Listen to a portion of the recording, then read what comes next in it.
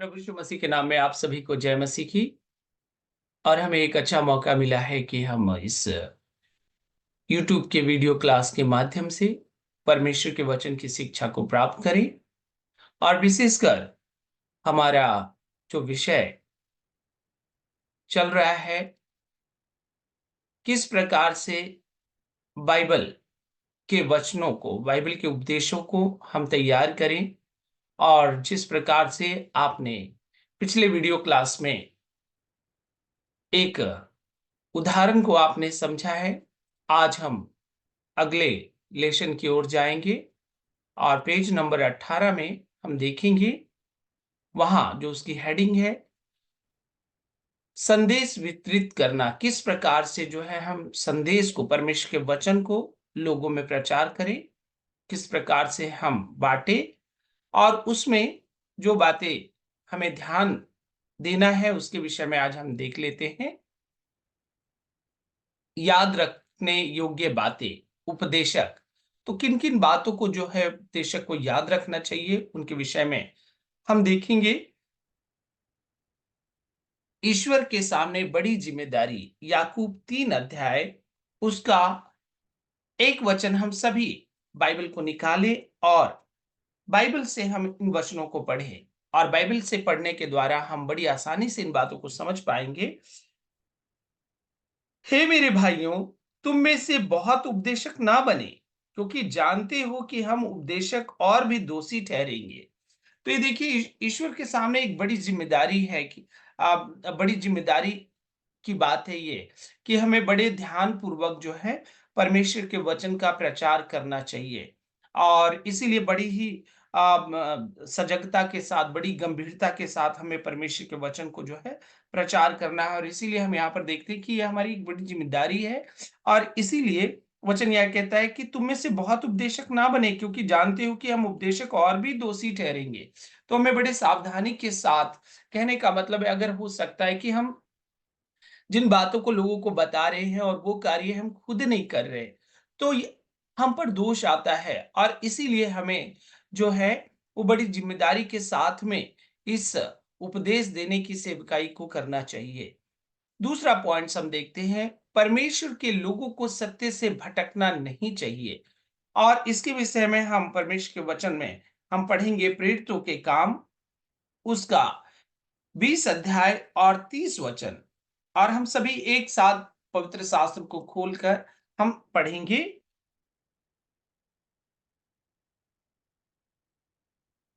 तुम्हारे ही बीच में से भी ऐसे मनुष्य उठेंगे, जो चेलों को अपने पीछे खींच लेने को टेढ़ी मेढ़ी बातें कहेंगे। तो देखिए, वचन साफ इस बात को बता रहा है कि अब बहुत सारे ऐसे लोग होंगे जो आपको भटकाने के लिए आएंगे। तो आपको बड़ा ही ध्यान रखना है इस विषय में कि आपको जो है सत्य से नहीं भटकना है। जिसके विषय में वचन हमें शिक्षा देता है, केवल और केवल उसी बातों का हमें प्रचार करना है। कई बार हो सकता है कि लोग जो है अपनी बुद्धिमत्ता के द्वारा और अपने ज्ञान के द्वारा वे जो है आपको भ्रमित कर सकते हैं, लेकिन आपको याद रखना चाहिए, आपका आधार जो है परमेश्वर का वचन होना चाहिए। और जब आप परमेश्वर के वचन पर अटल हैं, तो आप किसी रीति से नहीं भटक सकते। इसीलिए यहाँ वचन इस प्रकार से कहता है कि तुम में, तुम्हारे ही बीच में से भी ऐसे मनुष्य उठेंगे, जो चेलों को अपने पीछे खींच लेने को टेढ़ी मेढ़ी बातें कहेंगे। तो हमें इस चीज को बहुत ध्यान देना है। दूसरी बात हम ये देखते हैं, फिर उसके बाद तीसरी बात को हम देखते हैं, ईश्वर के प्रवक्ता हैं, तो उन लोगों के अधिकार का प्रतिनिधित्व करते हैं। तो हमेशा याद रखना है कि एक प्रवक्ता या एक वचन देने वाला जो है, वो बहुत ही जो है लोगों के लिए महत्व रखता है, क्योंकि वो लोगों को जीवन में उनकी अगुवाई कर रहा है। तो इसके लिए हम आइए एक वचन पढ़ लेते हैं, पहला थिस्सलुनीकियों 2 अध्याय, उसका 13 वचन हम सभी लोग निकालेंगे। पहला थिस्सलुनीकियों उसका 2 अध्याय और 13 वचन। इसीलिए हम भी परमेश्वर का धन्यवाद निरंतर करते हैं कि जब हमारे द्वारा परमेश्वर के सुसमाचार का वचन तुम्हारे पास पहुंचा, तो तुमने उसे मनुष्य का नहीं, परंतु परमेश्वर का वचन समझकर ग्रहण किया, और वह तुम में जो विश्वास रखते हो प्रभावशाली है। तो इस पॉइंट्स को हमें याद रखना चाहिए कि हम लोगों के लिए जो है इतना महत्व रखते हैं जब हम संदेश देते हैं, प्रचार करते हैं, क्योंकि आप जिस दशा में, आप जिस प्रकार की शिक्षा लोगों को दे रहे हैं, उसी से लोग जो है, उसी के द्वारा लोग जो है आगे बढ़ेंगे। तो हमें इसीलिए भी आप बड़े ही ध्यानपूर्वक परमेश्वर के संदेश को लोगों के बीच में देना चाहिए। चौथी बात हम देखते हैं, विश्वसनीयता बनाए रखने के लिए वे जो उपदेश देते हैं, उसे व्यवहार में लाना चाहिए। अब देखिए, अगर ऐसा है कि हम केवल बोलने वाले हैं, अगर कलीसिया में ऐसा हो कि हम जो है बोलने वाले हैं, लेकिन उसके आधार पे काम नहीं कर रहे हैं, हम अगर लोगों को शिक्षा दे रहे प्रार्थना कीजिए, लेकिन खुद प्रार्थना नहीं कर रहे हैं, हम कह रहे हैं कि वचन पढ़िए, लेकिन खुद नहीं पढ़ रहे, तो कहीं ना कहीं लोग आपको इस चीज को देख रहे हैं, और ये पूर्ण रूप से गलत हो जाएगा। और इसलिए आइए हम वचन को पढ़ लेते हैं। हम निकालते हैं मत्ती 23 अध्याय 1 से लेकर 3 तक हम देखेंगे। सभी लोग अपने पवित्र शास्त्र को खोलिए, ताकि हम एक साथ इसे पढ़ें, और पढ़ने के द्वारा हम इसको सही रूप में हम समझ पाएंगे। मत्ती 23 अध्याय 1 से लेकर 3 तक। तब यीशु ने भीड़ से और अपने चेलों से कहा, शास्त्री और फरीसी मूसा की गद्दी पर बैठे हैं, इसीलिए वे तुमसे जो कुछ कहे वह करना और मानना, परंतु उनके से काम मत करना, क्योंकि वो कहते तो हैं पर करते नहीं। तो देखिए, यही बात हमारे जीवन को समझने की आवश्यकता है कि अगर आप संदेश का प्रचार कर रहे हैं, तो सबसे पहले उन चीजों का अनुभव, उन उन बातों को आप कर रहे हो, ये सुनिश्चित कर लीजिए। क्योंकि ज्ञान तो ठीक है, कई बार हम सोचते हैं कि ज्ञान के आधार पे हम लोगों को जीत पाएंगे, लेकिन आपको ये ध्यान रखना चाहिए कि आपका वचन आपके जीवन पर आधारित हो, कि क्या आप जो वचन दे रहे हैं, क्या आप वो कर रहे हैं।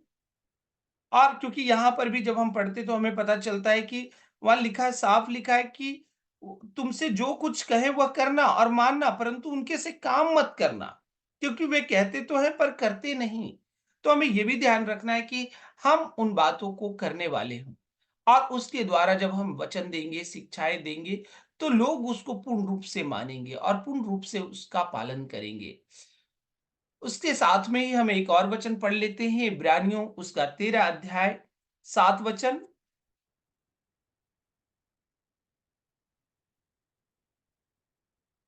इसीलिए हम 7 वचन पढ़ेंगे। इब्रानियों 13 का 7 वचन।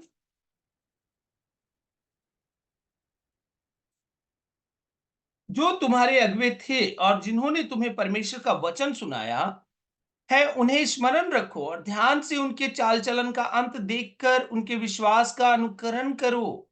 तो देखिए, वचन किस प्रकार से बता रहा है कि एक जो उपदेशक की जो भूमिका है वो कितनी बड़ी है, कि जब हम उपदेश देते हैं और जिन बातों की शिक्षा हम लोगों को दे रहे हैं, अगर उसके अनुसार हम स्वयं ही नहीं चल रहे, तो हमारे ऊपर उँगलियाँ उठती हैं और लोग भ्रमित हो जाएँगे और किसी रीति से भी वो वचन का पालन नहीं करेंगे, और जिसके कारण हमारे जीवन के ऊपर दंड आएगा।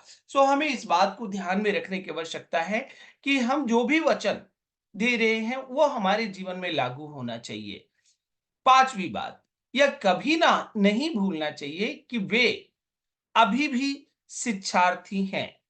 तो हम प्रचारकों को भी एक चीज याद रखनी चाहिए, हम जो उपदेश को देने वाले लोग हैं, कि हम लोग भी सीख रहे हैं। मैं हमेशा लोगों से कहता हूं कि देखिए, हो सकता है कुछ लोग को 1 साल प्रभु में आए हुए हैं, कुछ लोगों को 5 साल हुए, 10 साल हुए, और सभी लोग सीख रहे हैं। हाँ, सब लोगों का अलग अलग सीखने का सब्जेक्ट है, अलग अलग लोगों की क्लास है। जैसे हम बच्चों को देखते हैं कि पढ़ तो सभी रहे हैं, 1 से लेकर 12 तक सभी पढ़ रहे हैं, लेकिन कुछ एक फर्स्ट क्लास में पढ़ रहे हैं, कुछ सिक्स्थ में पढ़ रहे हैं, कुछ 10th में पढ़ रहे हैं, लेकिन सीख सभी रहे हैं। तो ये बात भी हमें याद रखना चाहिए कि हम भी सीख रहे हैं।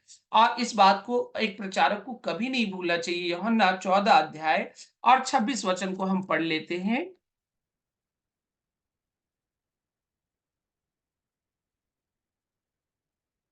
परंतु सहायक अर्थात पवित्र आत्मा जिसे पिता मेरे नाम से भेजेगा, वह तुम्हें सब बातें सिखाएगा और जो कुछ मैंने तुमसे कहा है वह सब तुम्हें स्मरण कराएगा। तो हमें इस बात को ध्यान देना चाहिए कि हम भी सीख रहे हैं। और पवित्र आत्मा, हो सकता है कि हम कह सकते हैं हमने पढ़ा है, ये किया है, वो किया है, बहुत सारी चीजें, लेकिन प्रतिदिन के जीवन में पवित्र आत्मा हमारी अगुवाई करता है और पूर्ण रूप से हमें सीखते रहना चाहिए। तो इस चीज को हम कभी ना भूलें। 6 पॉइंट्स में हम देखते हैं, अन्य प्रचारकों की शैली की नकल करने की कोशिश नहीं करनी चाहिए। स्वयं बने और अपनी शैली विकसित करें। हमेशा कई बार हमें लगता है कि ठीक है ना, हम जो है वो जैसा प्रचार कर रहे हैं और उनका प्रचार शैली बहुत अच्छी है और हम उसके समान करने का प्रयत्न करते हैं। लेकिन आपको याद रखना चाहिए कि आप हैं और वो हैं। और इसीलिए आपको खुद की शैली विकसित करना चाहिए कि आप किस प्रकार से लोगों में संदेश दे सकते हैं।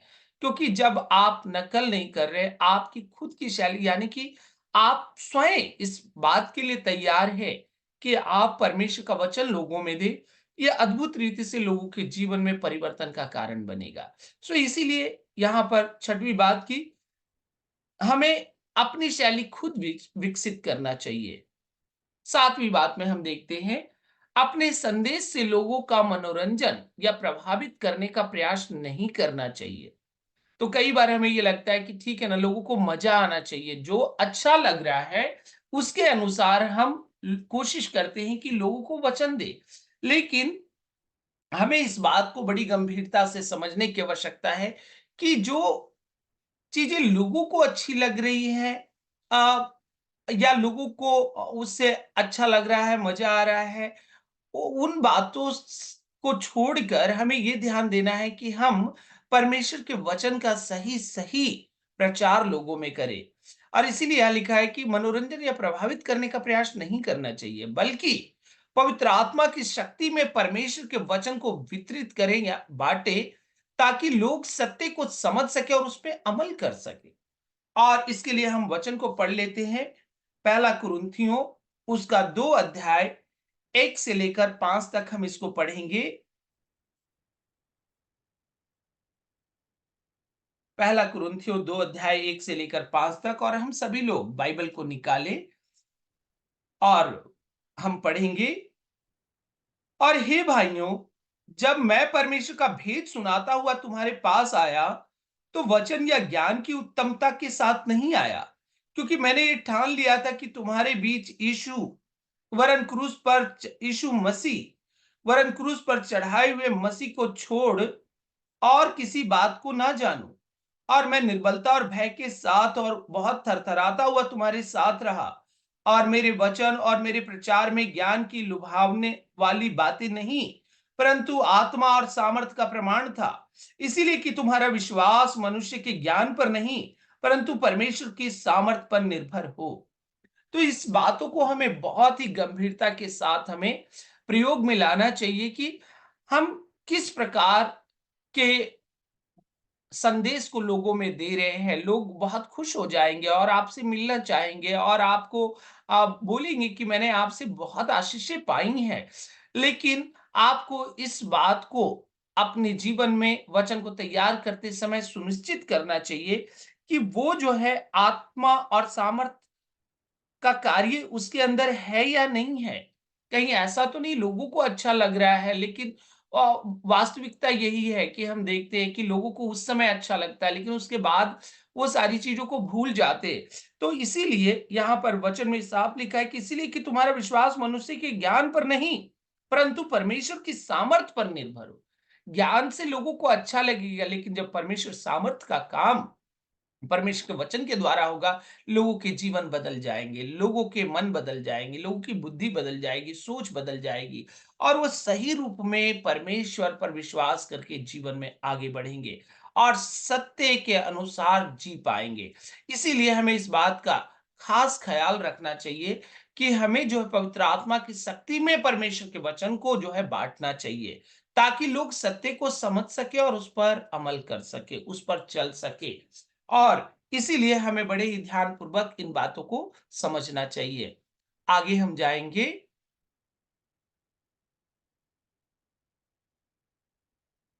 दूसरा, प्रभावी उपदेश के लिए संकेत।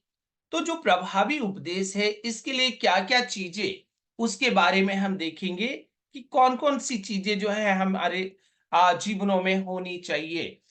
तो प्रभावी संचार, या हम कहें कि लोगों के साथ जो कम्युनिकेशन हम बना रहे हैं, प्रभावी संचार के लिए सामान्य सिद्धांत, उसके बारे में हम देख रहे हैं। चूंकि उपदेश संचार के कई रूपों में से एक है, तो जो लोगों के साथ जो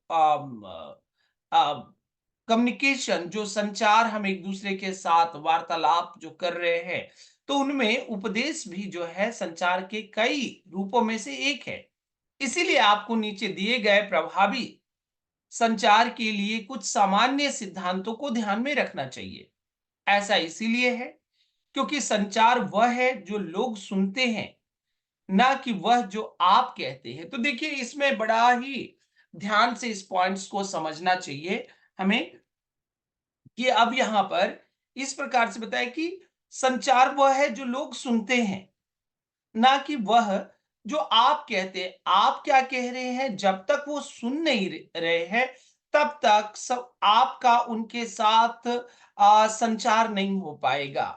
और इसीलिए जरूरी है कि हम जो जो कह रहे हैं वो सुन सके, इस पर हमें पूर्ण रूप से ध्यान को केंद्रित करना चाहिए। उसके बाद हम देखते हैं पहले पॉइंट्स में, अपने संदेश को अच्छी तरह से जाने। आप जो प्रचार करने के लिए जा रहे हैं, उसके बारे में आपको पूर्ण नॉलेज होना चाहिए। आप उसको अच्छी तरीके से समझना चाहिए। अगर आप नहीं समझते, तो क्या होगा? आप लोगों को सही रूप में समझा नहीं पाएँगे। हो सकता है कि इधर-उधर की बातें करें, या और भी कई बातों को आप कर सकते हैं, लेकिन ये ज़रूरी है कि संदेश को आप लोगों तक पहुँचाने से पहले आपको स्वयं संदेश को अच्छी तरीके से समझने की आवश्यकता है। दूसरे पॉइंट में हम देखते हैं, अपने श्रोताओं और उनकी आध्यात्मिक जरूरतों को अच्छी तरह से जानें। कि आपको मालूम होना चाहिए, अगर सोच लीजिए कि हम ऐसे लोगों में गए हैं जहां के लोग बीमार पाए जाते हैं, लेकिन आपने उनके उनके पास जाकर, वहां पर यदि आपने भोजन के विषय में प्रचार किया है, ज़रूरतों को पूरा करने के विषय में प्रचार किया है, तो शायद ये एक अच्छा तरीका नहीं होगा। और इसीलिए ज़रूरी है कि आप अपने लोगों की जो आध्यात्मिक ज़रूरतें क्या हैं, वो किस चीज़ में कमज़ोर पाए जाते हैं, और ये जानने के बाद ही आप परमेश्वर के वचन को दें। और इसीलिए वचन का अध्ययन करें और लोगों का अध्ययन करें। तो 2 पॉइंट्स यहाँ पर हम देखते हैं कि 2 बातें होनी चाहिए आपके पास में, वचन का अध्ययन करना बहुत ज़रूरी है और लोगों का अध्ययन करना ज़रूरी। लोगों की ज़रूरतें क्या-क्या, लोग बीमार हैं, क्या लोग जो है प्रभु में और भी वचन जानना चाहते हैं, और क्या लोग चिंतित हैं, क्या लोगों के घरों में पारिवारिक क्लेश पाए जाते हैं, क्या जो लोग जो है आर्थिक रूप से कमजोर पाए जाते हैं। और जब आप इस प्रकार से अध्ययन करते हैं लोगों का, तो आप सही रूप में वचन को लोगों के समक्ष पेश कर पाएंगे। इसीलिए अपने लोगों को के बारे में अध्ययन करना और जानकारी जुटाना ये बहुत जरूरी हो जाता है। थर्ड पॉइंट में हम देखते हैं, जो आपके लिए स्पष्ट है, वह आपके दर्शकों के लिए भी स्पष्ट होगा। तो देखिए, इस बात को पहले भी मैं कह चुका हूं कि जो हम लोग आ, नहीं समझ पा रहे हैं, तो लोग भी उसे नहीं समझ पाएंगे। और इसीलिए ये बहुत जरूरी विषय बन जाता है कि आप उन बातों में स्पष्ट हो जाएं। आप जिन वचन का संदेश दे रहे हैं, वो आप उसे पूर्ण रूप से समझ पाएं। और जब आप समझ पाएंगे, तो लोगों को समझा पाएंगे। इसीलिए विशिष्ट और स्पष्ट रहे। आपको बिल्कुल ही इसके बारे में समझौता नहीं करना चाहिए। आपको स्पष्ट रहना चाहिए, बिल्कुल ही कॉन्फिडेंस रहना चाहिए कि हाँ जी, ये चीजें ऐसी हैं। और जिसको कि आप पूर्ण रूप से स्पष्ट रूप से आप समझते हैं और इसमें कोई परेशानी नहीं है, तब आप लोगों के मध्य अच्छी रीति से जो है उपदेश को दे सकते हैं। फिर चौथी बात हम देखते हैं, उन शब्दों का प्रयोग करें जो आपके दर्शकों के बीच में आम है, लेकिन ताजा अभिव्यंजक शब्दों का चयन करें। पसंदीदा शब्दों और वाक्यांशों का अति प्रयोग ना करने का प्रयास करें। तो देखिए, हमें इस चीज को याद रखना चाहिए कि ऐसे शब्दों का प्रयोग जो आज के दौर में चल रहा है, क्योंकि जब तक आप लोगों को आज के दौर की भाषा के अनुसार और उन शब्दों के अनुसार जब तक आप उनसे बातें नहीं करते हैं, तब तक उन्हें समझ नहीं आएगा। और हम पवित्र शास्त्र में भी देखते हैं कि यीशु मसीह जहां-जहां भी गए, जितने भी दृष्टांत उन्होंने दिए और जिस प्रकार से उन्होंने जो है सुसमाचार का प्रचार किया और जिस प्रकार से उन्होंने वचन दिया, हमें पता चलता है कि वो वहां की स्थितियों को ध्यान में रखते हुए, भाषा को ध्यान में रखते हुए, लोगों को ध्यान में रखते हुए, और इसीलिए हमें भी ये बात को याद रखना चाहिए कि जो शब्द आए हैं, उन शब्दों के अनुसार जो है लोगों के बीच में जो है संदेश को देना चाहिए। अपने संदेश को उस चीज से जोड़े जो आपके श्रोता पहले से ही जानते हैं। जैसे यीशु अक्सर सामान्य रोजमर्रा के उदाहरणों का उपयोग करके दृष्टांत में उपदेश देते थे। तो देखिए, हमारे लिए भी इस प्रकार से कि जब हम संदेश तैयार करते हैं, संदेश लोगों में देते हैं, तो हमें ध्यान रखना चाहिए कि अपने संदेश को उस चीज से जोड़ना है जो आपके श्रोता, जो आपके लोग पहले से जानते हैं, जिनके बारे में मालूम है लोगों को। अगर वैसी परिस्थितियों से, स्थितियों से और भाषाओं से आप लोगों को जोड़ेंगे, तो बड़ी आसानी से उसको लोग जो है सुन पाएँगे। जैसे यीशु के बारे में हम देखते हैं कि किस प्रकार से यीशु सामान्य रोज़मर्रा के उदाहरणों का उपयोग करके दृष्टांतों में उपदेश देते थे। तो हमें भी इस बात का खासा ख़्याल रखना चाहिए कि हमें जो है अपने श्रोताओं को जो है अ, परिस्थितियों के अनुसार, रोजमर्रा के जीवन में होने वाली चीजों के अनुसार हमें उनको उपदेश देना चाहिए। सो हम आगे देखेंगे। अब यहां पर हम देखते हैं 6 पॉइंट में, दर्शकों को यह सीखने के लिए प्रेरित करें कि वे स्वयं बीज बोए, पौधे नहीं। तो हमें इस चीज का खासा ध्यान रखना चाहिए कि हमारे जो श्रोता हैं, वे लोग जब सीख रहे हैं, तो सीखते हुए बहुत बड़ी-बड़ी चीज़ों को नहीं, वरन सबसे पहले छोटे-छोटे चीज़ों से वो अपने जीवन को सीखने के लिए तैयार करें। ऐसा नहीं बहुत बड़े-बड़े वचनों का प्रयोग, बहुत बड़े-बड़े सिद्धांत, बहुत बड़ी-बड़ी बातें, तो ऐसी चीज़ों को ना करके लोगों को जो है, हमें केवल और केवल इस चीज़ों के ऊपर उनको ध्यान देना चाहिए कि वो हमेशा बीज बोए, पौधे नहीं। तो इसीलिए उन्हें छोटे शुरुआत से धीरे-धीरे सीखते हुए, इसका मतलब है कि धीरे-धीरे सीखते हुए आगे की ओर बढ़ना चाहिए।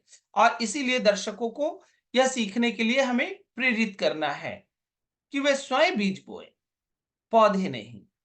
सातवीं बात, प्रभु के बारे में उत्साहित रहें और अपने संदेश के बारे में उत्साहित रहें, लेकिन आपको उपदेश देने के लिए चिल्लाने की जरूरत नहीं। कभी कभी हमें लगता है कि हम बहुत चिल्लाने के द्वारा लोगों तक परमेश्वर के संदेश को पहुंचा सकते हैं।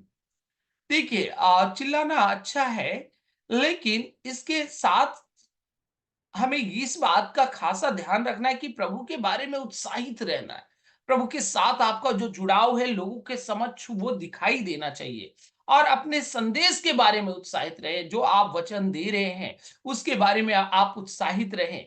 लेकिन आपको उपदेश देने के लिए, और इसीलिए जरूरी नहीं है, अगर आप प्रभु में उत्साहित हैं और आप संदेश के बारे में उत्साहित हैं, ये खुद उभर कर आएगा लोगों के समक्ष, और उसके लिए किसी प्रकार से चिल्लाने की आवश्यकता नहीं है। इस प्रकार से हम देखते हैं। आठवीं बात, दृष्टांतों और उदाहरणों के माध्यम से अपने दर्शकों को संदेश की ओर आकर्षित करने का प्रयास करें। तो देखिए बहुत जरूरी बन जाता है कि उपदेश में आप दृष्टांतों का प्रयोग करें, उदाहरणों का प्रयोग करें। और जब आप ये दृष्टांतों और उदाहरणों का प्रयोग करते हैं तो लोग जो है इसको बड़ी गहराई से सुनते हैं, बहुत ध्यान पूर्वक, उनको अच्छा लगता है। और इस बात का भी खासा ख्याल रखना है कि वे जो सुन रहे हैं वो परमेश्वर के वचन आधारित हो। ऐसा ना हो इधर उधर की कथा कहानियां जिसके द्वारा वो और भटक जाएंगे। लेकिन हमें ध्यान देना है कि दृष्टांत और उदाहरण के माध्यम से दर्शकों को संदेश देना है, जिसके द्वारा कि वो और भी उसके प्रति उनका लगाव और सुनने की इच्छा और उनको समझ आसानी से उसको जो है समझ पाएंगे। नौवीं बात हम देखते हैं, अपने दर्शकों के लिए प्यार, देखभाल और चिंता व्यक्त करें। क्योंकि लोग तब तक आपकी बातों की परवाह नहीं करते जब तक कि वे स्पष्ट रूप से नहीं देख लेते कि आप उनकी परवाह करते।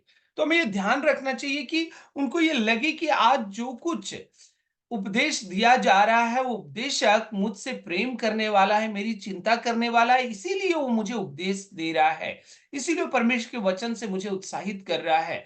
तो ऐसा दर्शकों को, ऐसा लोगों को ये अनुभव होना चाहिए, ऐसा वो महसूस कर पाए। 10वीं बात हम देखते हैं, जब तक परिवर्तन नहीं होता तब तक सीखना नहीं होता। तो हमें ये याद रखना है कि अगर सोच लीजिए कि हम सीख रहे हैं और कह रहे हैं कि हम सीख रहे हैं लेकिन कोई परिवर्तन नहीं आ रहा है। कलीसिया में आजकल देखा जाता है कि वचन तो सुनते हैं और सुनने के बाद वो कहते हैं सीख भी रहे, लेकिन और चीजों में कोई परिवर्तन नहीं, आत्मिक जीवन में कोई परिवर्तन नहीं है, बोलचाल में कोई परिवर्तन नहीं है, भाषा कोई परिवर्तन नहीं है और लोगों के साथ व्यवहारों में कोई परिवर्तन नहीं है। तो आप समझ लीजिए जब परिवर्तन नहीं है तो वो सीख नहीं रहा है। वो पढ़ा है लेकिन सीख नहीं रहा है। इसीलिए याद रखना है कि जब तक परिवर्तन नहीं होता तब तक सीखना नहीं होता। तो इस चीज को याद रखना है कि लोगों में परिवर्तन आना चाहिए।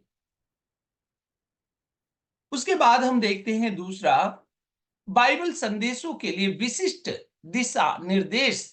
जैसे ही आप ईश्वर के वचन का संचार करते हैं तो अब बाइबल संदेशों के लिए विशिष्ट जो दिशा निर्देश है उसके बारे में हम देखते हैं कि जैसे ही आप परमेश्वर के वचन का संचार करते हैं, पहला पॉइंट्स, पूरे बाइबल परिच्छेद की शुरुआत के पास पढ़े और संदेश के दौरान विशेष कविता या वाक्यांश को बार बार देखें।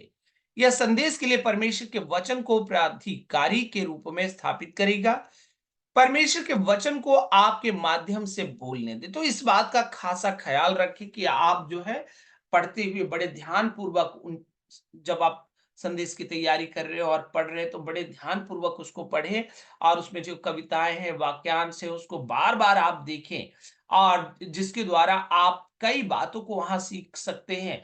और तब जाकर आप परमेश्वर के वचन को आपके माध्यम से बोलने दें। ऐसा नहीं आप बोल रहे, परमेश्वर का वचन जो है वो आपके माध्यम से होकर लोगों से बोलने पाए। दूसरा पॉइंट देखते हैं, यह सुनिश्चित करने के लिए कि आप अपना लक्ष्य पूरा कर रहे हैं, अपने संदेश के उद्देश्य को ध्यान में रखें। क्या यह सूचित करना है या आचरण बदलना है या दृष्टिकोण, भावनाओं, परिप्रेक्ष्य आदि को प्रभावित करने के लिए एक उपदेशक के रूप में आप चाहते हैं कि आपके लोग बाइबल आधारित विश्व दृष्टिकोण विकसित करें जो परमेश्वर के वचन की सच्चाई पर आधारित हो। आप चाहते हैं कि आपके लोग सोचे, कार्य करें, जिए और जीवन के प्रति प्रतिक्रिया दे, जीवन के हर क्षेत्र में मार्गदर्शन के लिए परमेश्वर के वचन की ओर देखें। तो आपको ये ध्यान में रखना है कि आपका जो लक्ष्य है, आप जो संदेश दे रहे हो वो लोगों को किस प्रकार से लोगों के जीवन में काम करेगा। और इसके विषय में हमने कई चीजों को यहाँ पर देखा है कि आचरण बदलना या दृष्टिकोण, भावनाओं, परिप्रेक्ष्य आदि को प्रभावित करने के लिए। तो एक उपदेशक के रूप में आप चाहते हैं कि लोग बाइबल आधारित विश्व दृष्टिकोण विकसित करें जो परमेश्वर के वचन की सच्चाई पर आधारित हो। तो आपको ये सारी चीजों को देखना चाहिए कि वे कार्य करे, जिए और जीवन के प्रति प्रतिक्रिया दे, जीवन के हर क्षेत्र में मार्गदर्शन के लिए परमेश्वर के वचन की ओर देखे। तो ये चीज आपके सोच में हमेशा रहनी चाहिए। तीसरी बात को हम देखें, अपने श्रोताओं को यह समझाएं कि आज्ञाकारिता के बिना लगभग बेकार है। हो सकता है कि कई बार सारी चीजें तो प्राप्त कर ली, कई बार हम संदेश देते हैं और कहते हैं कि परमेश्वर आपको ये देने जा रहा है, आपको ये करने जा रहा है, लेकिन अब आज्ञा के विषय में हम उन्हें सचेत नहीं करते कि जब तक हम आज्ञाकारी नहीं होंगे वो परमेश्वर की आशीषों में भागीदार नहीं हो सकते, और वो बेकार है। मतलब आज्ञा नहीं है तो हर चीजें ना बेकार बन जाती है। चौथी बात हम देखते हैं, संदेश में रुचि बढ़ाने के लिए अपना परिचय संक्षिप्त और रचनात्मक रखें। आप किस प्रकार से संदेश में रुचि बढ़ाने के लिए, तो अपने आप को भी उसमें रखें, लेकिन संक्षिप्त रूप में। हाँ, और बहुत अच्छा लगने वाला, जिससे कि लोगों की रुचि बढ़ेगी। पांचवी बात हम देखते हैं, अपनी मूल रूपरेखा का पालन करें ताकि आपके श्रोता भी ऐसा कर सके। तो आपको हमेशा याद रखना चाहिए कि आपने जो मूल रूपरेखा जो तैयार किया उसके आधार पर श्रोता भी ऐसा करे, लेकिन बोलते समय आत्मा के प्रति संवेदनशील रहें। हमेशा याद रखना है कि आप आत्मा के प्रति आपकी जवाबदेही है, तो हर चीजों को आत्मा, पवित्र आत्मा के द्वारा प्राप्त करने के द्वारा आप परमेश्वर के संदेश को लोगों के मध्य दे।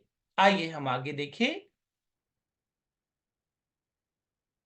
6 पॉइंट्स। जो एक मुख्य विचार आप दर्शकों के बीच में छोड़ना चाहते हैं उसे स्पष्ट रूप से संप्रेषित करें ताकि वे उसे लागू कर सके। तो ये याद रखना है कि जो चीजें आपने, जो एक विचार वहां पे प्रकट किया और लोगों को बताया है, आपको ये ध्यान में रखना चाहिए कि वो विचार इस प्रकार हो कि लोग उसको आसानी से जो है समझ सके और अपने जीवन में लागू कर सके। अपने मुख्य विचार को स्पष्ट करें, चित्रित करें, वो एक दृश्य के जैसा चित्रित करे, सिद्ध करे और लागू करे, लेकिन पाठ और मुख्य विचार पर ध्यान केंद्रित करे। तो इन चीजों को हमें ध्यान में रखना है कि स्पष्ट होना चाहिए, चित्रित करना है, सिद्ध करना है और लागू करना है। ये ध्यान में रखना चाहिए। आठवीं बात हम देखते हैं, परमेश्वर के वचन से अपने श्रोताओं को निर्देश दें, उपदेश दे, प्रोत्साहित करे, संतावना दे और सही करे। तो ये सारी शिक्षा जो आप उपदेश दे रहे हैं उसके अंदर ये सारी चीजें होना बहुत जरूरी है। नौवीं बात, मुख्य बिंदुओं को सारांशित करने और मुख्य विचार को दोबारा बताने के लिए निष्कर्ष का उपयोग करें। जब आपको उपदेश देना चाहिए तो बंद कर दीजिए। इसका मतलब मुख्य बिंदु आपको ये ध्यान रखना है कि आप जो है, जो सारांश है आपका, जो मुख्य विचार है उसको लोगों के समक्ष प्रकट करना चाहिए, लोगों को बताना चाहिए, और उसके बाद ही जो है उपदेश देने के बाद आप इसको बंद करना चाहिए। 10वां पॉइंट हम देखते हैं, अपने लोगों को ईश्वर के आज्ञाकारिता में प्रतिक्रिया देने की चुनौती दे। प्रार्थना के साथ अब किस प्रकार से हम इसका समापन करें, तो प्रार्थना के साथ हम इसका जो है समापन करें। और कुछ चीजें और भी हम इसमें ध्यान देख सकते हैं कि संदेश की लंबाई आदर्श रूप से 30 से 40 मिनट, लेकिन आपकी परिस्थिति कैसी है, वहां कितना समय तक लोग बैठ सकते हैं, उसके अनुसार जो है आपको जो है संदेश को तैयार करना चाहिए। ये केवल सामान्य दिशा निर्देश इन्हें आपकी और आपकी मंडली की आवश्यकताओं के अनुरूप संशोधित करें। यानी कि आप, हो सकता है कि आप वहां 30 से 40 मिनट तक होना चाहिए, आप वहां इस प्रकार है कि लोग ज्यादा सुनना चाहते, 1 घंटा करना चाहते, 1.5 घंटा करना चाहते, या 15 मिनट करना चाहते, 20, ये आपके ऊपर निर्भर करता है कि वहां की परिस्थिति कैसी है। हम आगे को देख लेते हैं जल्दी से जल्दी। फोर्थ पॉइंट, निमंत्रण कई रूपों में से एक हो सकता है। अब कैसे जो है लोगों को हम निमंत्रण कैसे, किस प्रकार से हम दे सकते हैं उसके बारे में हम देखते हैं। मसीह को उद्धारकर्ता के रूप में प्राप्त करने के लिए आप सुझाव दे सकते हैं कि अपना हाथ उठाएं, खड़े हों, या उस समय या सेवा के बाद आए उपदेशक या कुछ बुजुर्ग को उत्तरदाताओं से बात करने और उनका अनुसरण करने के लिए उपलब्ध होना चाहिए। अब संदेश आपने दिया है और उसके बाद में जो है आप ये सारे कार्य को आप कर सकते हैं। चर्च में शामिल होने के लिए लोगों को बताएं कि अपने चर्च में कैसे शामिल हों, ये लोगों को बताना चाहिए। किसी समस्या या निर्णय के बारे में प्रार्थना करने या किसी से बात करने के लिए आगे आना चाहिए। संदेश के जवाब में प्रतिबद्धता जताना, उन्हें हाथ उठाने या घुटने टेकने के लिए कहें। समस्या होने पर प्रतिक्रिया देना और वचन का प्रचार करना उपदेशक की जिम्मेदारी है। प्रचार करें, पवित्र आत्मा की शक्ति में शब्द बोले और परिणाम ईश्वर पर छोड़ दे। तो ये निमंत्रण में हम ये सारे कार्य को हम करेंगे और जिसके कारण हम परिणाम को देख पाएंगे। उसके बाद आगे हम देखते हैं, और जो कि बहुत महत्वपूर्ण बन जाता है, उपस्थिति और पुलपिट। और हम कह सकते हैं उपदेश मंच, जहां से हम प्रचार करते हैं, संदेश देते हैं। क्या क्या चीजें हमारी जो कौन कौन कैसे हमें लोगों के समक्ष आना चाहिए, किस प्रकार से, तो उसके बारे में हम देख लेते हैं। पहला, ध्यान अपनी ओर आकर्षित ना करने के लिए साफ सुथरे और उचित ढंग से कपड़े पहने। तो आपको ये बहुत जरूरी है कि आप जो है सही साफ सुथरे कपड़े और सही तरीके से कपड़े का चयन करें। दर्शकों से नजरें मिलाकर संपर्क बनाए रखें, अपना संदेश बहुत ज्यादा ना पड़े। तो ये ध्यान देना है कि दर्शकों से हमारा जो आई कांटेक्ट अच्छा लोगों के साथ प्रचार करते समय, संदेश देते समय होना चाहिए। तीसरी बात, स्वतंत्र रूप से और स्वाभाविक रूप से घूमे, लेकिन हाथ के इशारों सहित बहुत अधिक नहीं। हाथ के इशारे होने चाहिए, घूमना चाहिए, लेकिन ये भी ध्यान रखना है कि बहुत ज्यादा ये ना हो जाए। उचित चेहरे के भाव सहायक हो सकते हैं। तो आपका जो भौएं हैं, किस प्रकार से आप ऊपर नीचे करते हैं, आपके हाव भाव, ये चीजें को भी आपको ध्यान में रखना चाहिए। आपकी आवाज का स्वर और घनत्व बहुत अच्छा है, लेकिन आपको अपनी बात बताने के लिए चिल्लाने की जरूरत नहीं। तो आपको इस पर ध्यान देना चाहिए कि हाँ, आप किस प्रकार से, बस इस प्रकार से संदेश को दें कि लोग आसानी से उसके साथ बिल्कुल जो है एक हो जाए। छठवीं बात, ऐसी भाषा, हरकत, हाव भाव आदि से बचे जो संदेश से ध्यान भटकाते हो। तो कोई ऐसी भाषा ना हो या हरकतें ना हो या आपका तौर तरीका, हाव भाव ना हो जिससे लोगों का ध्यान भटक जाए। तो हमें इन बातों का भी ध्यान रखना चाहिए। आपको स्वयं बनना चाहिए।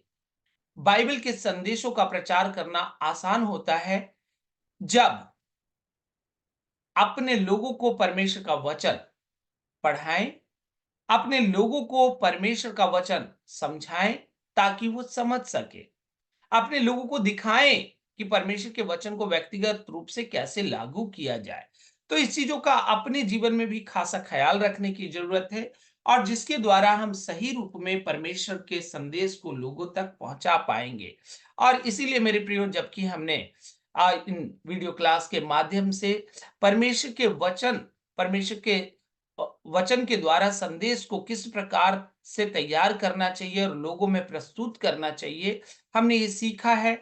और मैं विश्वास करता हूं कि हम सभी इसके अनुसार जो है संदेश को तैयार करेंगे और लोगों तक परमेश्वर के वचन को पहुंचाएंगे। और यकीनन इसके द्वारा लोग अ, अच्छी रीति से परमेश्वर के वचन को समझ पाएंगे और वो अपने जीवन में लागू कर पाएंगे। परमेश्वर आप सभी को इन वचनों के द्वारा आशीष दे। जय मसीह।